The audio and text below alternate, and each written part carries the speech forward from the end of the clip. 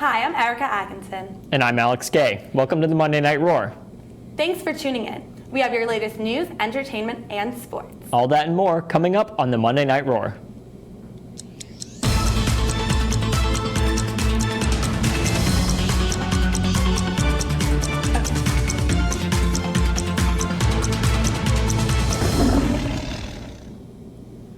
This past week was undergraduate student elections. There were 3 male-female duos who ran: Shannon Kay and Shaq Thomas, Reagan McCullough and Kip Moore, and Destiny Wilson and Matt Abrams. After weeks of campaigning, it came down to a runoff between Kay and Thomas and Moore and McCullough. This year, there were about 6,000 votes cast, showing a 23% increase in voter turnout. After taking the vote to a runoff, Shannon Kay and Shaq Thomas have been elected as the newest president and vice president of the student body. Following their slogan, Uniting Our Family, Defining Our Future, some of Kay and Thomas's initiatives include increasing the unity of all Clemson Tigers, emphasizing our school's military history, and increasing campus accessibility for the disabled.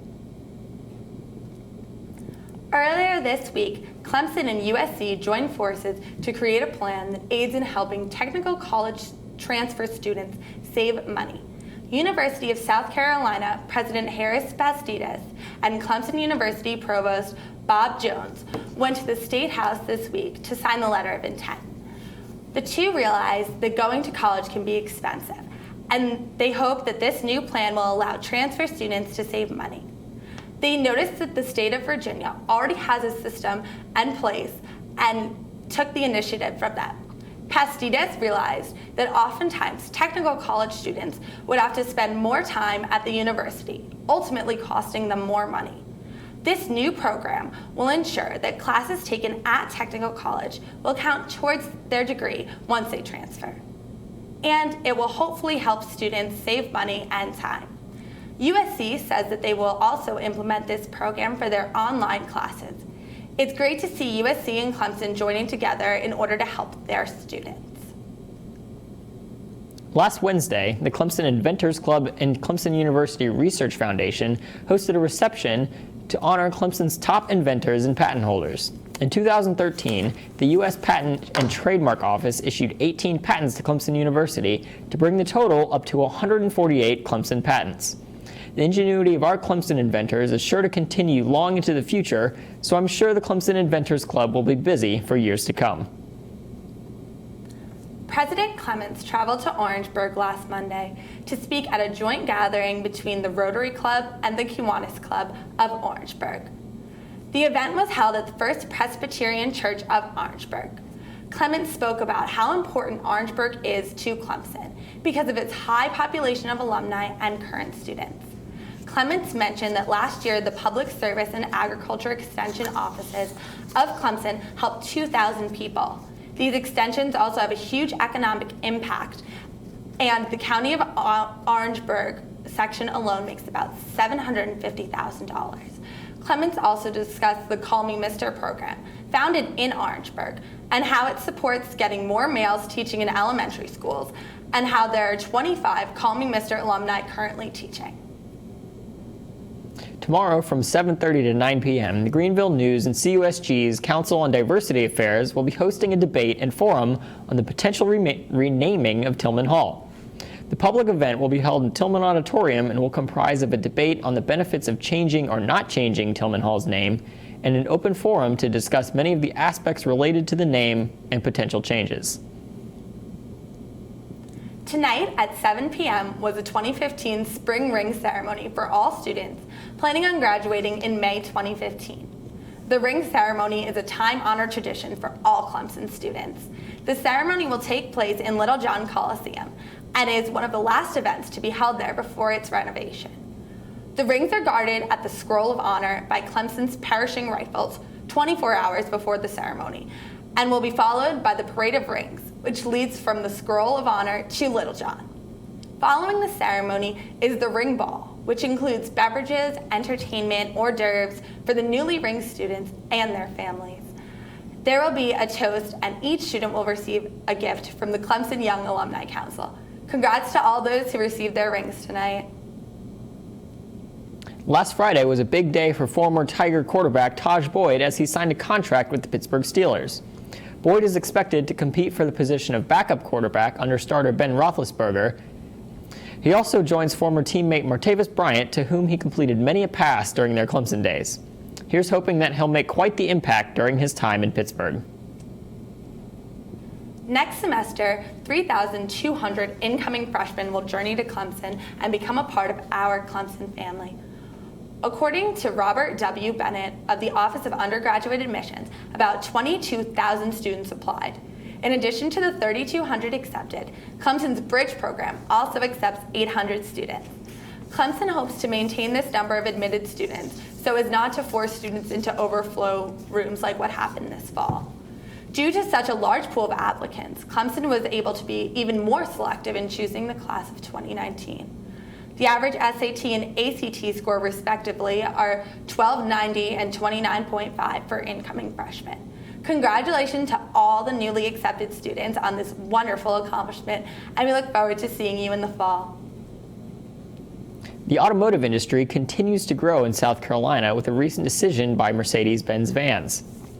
The company plans to build a new plant in North Charleston to be able to provide vans to the growing U.S. market.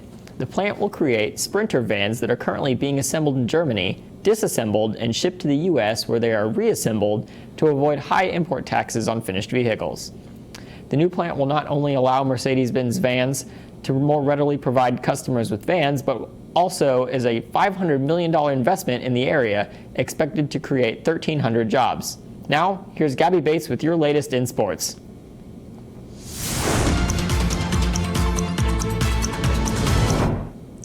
The Clemson men's basketball team fell to Notre Dame this past Saturday at Notre Dame 81-67. The Tigers had an efficient first half, making 15 out of their 30 points. It was the second half where the Tigers lost their momentum after the Fighting Irish was able to get a quick start, eventually extending their lead to double figures and winning the game. Despite a Tiger loss, Jerron Blossomgame and Landry Noko together totaled 41 points and 19 rebounds. Blossomgame's 22 points were an ACC high for his career.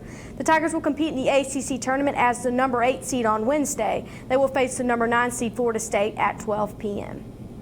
Well, the Clemson men's baseball team faced the North Carolina State Wolfpack this past weekend in a weekend-long tournament. The Tigers were able to defeat the Wolfpack on Friday 6-4. Matthew Crownover had an excellent performance, only allowing 1 run and 2 hits in the 7 innings he pitched Friday afternoon. The Tigers went on to face the Wolfpack again on Saturday to fall 8-3. Logan Ratledge for the Wolfpack was able to hit 2 of the Pack's 4 runs. The Wolfpack was able to even the series going into Sunday's game. On Sunday, the NC State Wolfpack was able to get the series win of 14-6. The Tigers will return on Wednesday at 7 p.m. where they will face Michigan State in Greenville. For your other sports, the greatest rivalry in basketball went down again this past Saturday between Duke and North Carolina.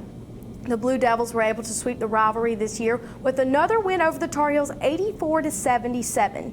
Tyus Jones for Duke had an excellent performance over the Tar Heels, putting up 24 points, a season high. Quinn Cook was also able to contribute to Duke's win with 20 points. It was a competitive fight throughout the whole game, with UNC shooting 58% after halftime, but was still unable to overcome Duke's lead.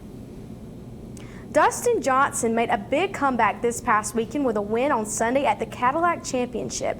Johnson had 2 big par putts, one at 20 feet and the other at 10, to put him in the lead on the back 9. He was able to overcome J.B. Holmes' lead after sinking a 15-foot birdie putt on the 15th hole that gave him a one-shot victory over Holmes.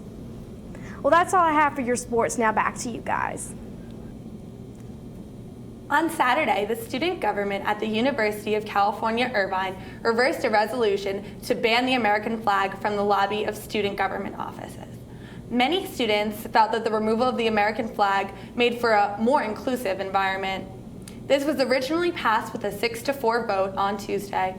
The students initially claimed that the American flags were weapons for nationalism and that the American flag had been flown in instances of colonialism and imperialism. Other students and faculty widely disagreed with this ban because they felt as though, since the university is in America, the American flag should be present. In addition, many students wanted to make sure that it was known that this wasn't representing the student body as a whole. A statement was also issued by the university administration, calling the ban a misguided decision that was not supported by campus leadership, the University of California, or the broader student body. Last Friday, NASA's Dawn spacecraft entered into orbit around dwarf planet Ceres. After a journey of over 3 billion miles, this is the first mission of its kind. Ceres is the largest object in the asteroid belt and is believed to contain water in the form of ice. Using the data gathered from Ceres, experts hope to learn more about the origins of our solar system and how it evolved. On Saturday, 19-year-old unarmed man Tony Robinson was fatally shot by police officer Matt Kenny in Madison, Wisconsin. His mother claims that he has never been a violent person, but police suggest otherwise. Police say that they received many disturbance calls about Robinson Friday evening. Supposedly, Robinson attacked Kenny upon entrance into Robinson's friend's residence. The police calls say that he was jumping in and out of cars and dodging cars, and he also tried to strangle another person. Prior to this, Robinson did have a criminal record. Kenny had previously used deadly force in 2007, and this is something that doesn't resonate well with Robinson's friends and family. Many protests have broken out in Madison, and the citizens are calling the scene their own Ferguson. As of last week, Lockheed Martin has raised the bar for laser weapon systems. Their latest ground-based prototype, Advanced Test Energy High Energy Asset, or Athena, successfully disabled a vehicle. From over a mile away, the Athena fiber laser weapon system disabled the running engine of a small pickup truck. This test represents a step forward for applications of laser weapons that will allow the military to disable hostile vehicles without putting soldiers in harm's way. Now here's John Oliver with your latest entertainment, and Freddie with Showtimes.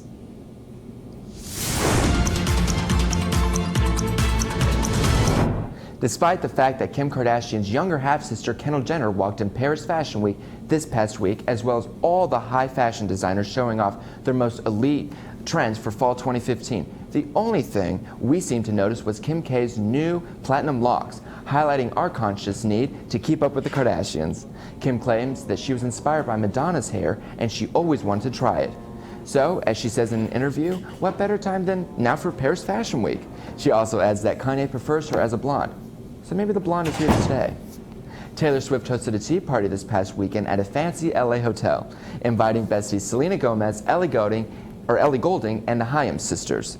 Us common folk knew about the event because she shared a picture on Instagram of them drinking tea and having fun, inducing severe FOMO in the rest of us. Too bad my invitation got lost in the mail, but Taylor, I'm sure it'll become anytime soon. On another note, Emma Watson campaigned for International Women's Day yesterday. It marked the 104th year of people around the world celebrating the achievements of women in the past and recognizing the ongoing fight for equality. Watson spoke about her campaign called He for She, which defends women's rights and informs people on the inequalities for women around the world. To show her devotion to this topic and honor the international holiday, she hosted a Facebook Q&A about her campaign. Within 12 hours of the actress speaking, threats were made to leak nude photos of Watson on EmmaYouAreNext.com if she continued her campaign. She countered the threats saying, "I knew it was a hoax, the pictures do not exist, and does not plan to slow down the campaign anytime soon." Good for you, Emma. We cannot wait to hear more about your campaign, He for She. A relationship update has been reported between Bradley Cooper and his 22-year-old model girlfriend, Suki Waterhouse. Rumor has it the two are warming up and getting excited about the idea of marriage. This means they may be hearing wedding bells in the future. Hopefully Cooper will pop the question soon, or not. That's all I have for you today. Now Freddie has more news about movies you should watch. Thanks, John Oliver. Hello, and welcome back to Showtimes. We provide you with all the important movie news from the couch to the theater. We cover movies coming to Redbox Theaters, Netflix, and Amazon Prime. This week, Redbox has just one good movie for you. Oscar-nominated Nightcrawler hits vending shelves this week. Netflix is also a one-hit wonder this week with the animated adventure How to Train Your Dragon 2. In theaters this week, Another Year, another Disney Cinderella movie. It's getting pretty good reviews though, so check it out. Also out is Liam Neeson in an R-rated action movie, Run All Night, which is beginning to drum up some excitement. Out already from the director of District 9 and Elysium, you can find the interesting-looking Chappie in theaters this week. Also, Will Smith plays across Margot Robbie from Wolf of Wall Street in Focus. Thank you for tuning in, and watch next week for more updates. Back to you guys. Last Tuesday, 68 people had their throats slit and were shot in a deadly attack by Boko Haram gunmen in the Nigerian village. The targets of this shooting were girls ages 13 and 19 and boys. The survivors say that they shot anyone dead who tried to flee. In addition to the shooting, they also put patrol bombs in the homes and opened fire on all those who wanted to leave, especially teenagers and elder people. News of the attack was slow to reach due to the recent destruction of cell phone towers.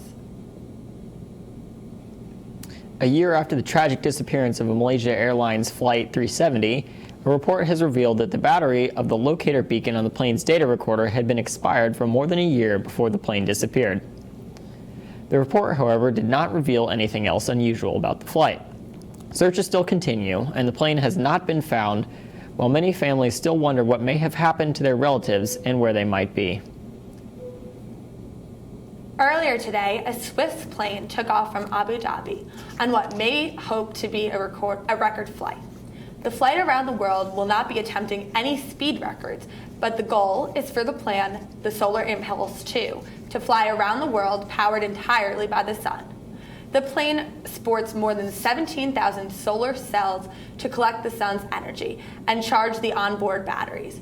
The single-seat plane is far from practical, but it does represent the possibility of sustainable flight in the future. Lastly, here's James Eister with the weather for this week.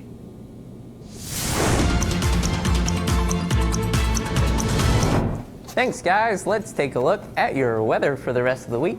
It's going to be fairly warm this week with highs in the upper 60s, mid 70s, except on a Friday when we'll see a high of 50. Rain is the story this week. Lots and lots of rain, ranging from 30% to 90% chances of rain all week this week until Sunday, when we won't see any rain, hopefully. Taking a look outside your window right now, it is a warm 62 degrees outside, partly cloudy, calm winds and humidity of about 28%. We will see it start to rain about 9:30 tonight. Taking a look at your radar, we have rain moving through northern Georgia, and it will move into the Golden Corner area about 9:30 tonight is when we're going to start seeing showers. And now, what did one raindrop say to the other? Two's company and three's a cloud. Now back to you guys. Thanks, James. That's all for tonight. Thanks for joining us. Be sure to like our Tigervision Facebook page and follow us on Twitter. Have a great evening, and we'll see you next week on the Monday Night Roar.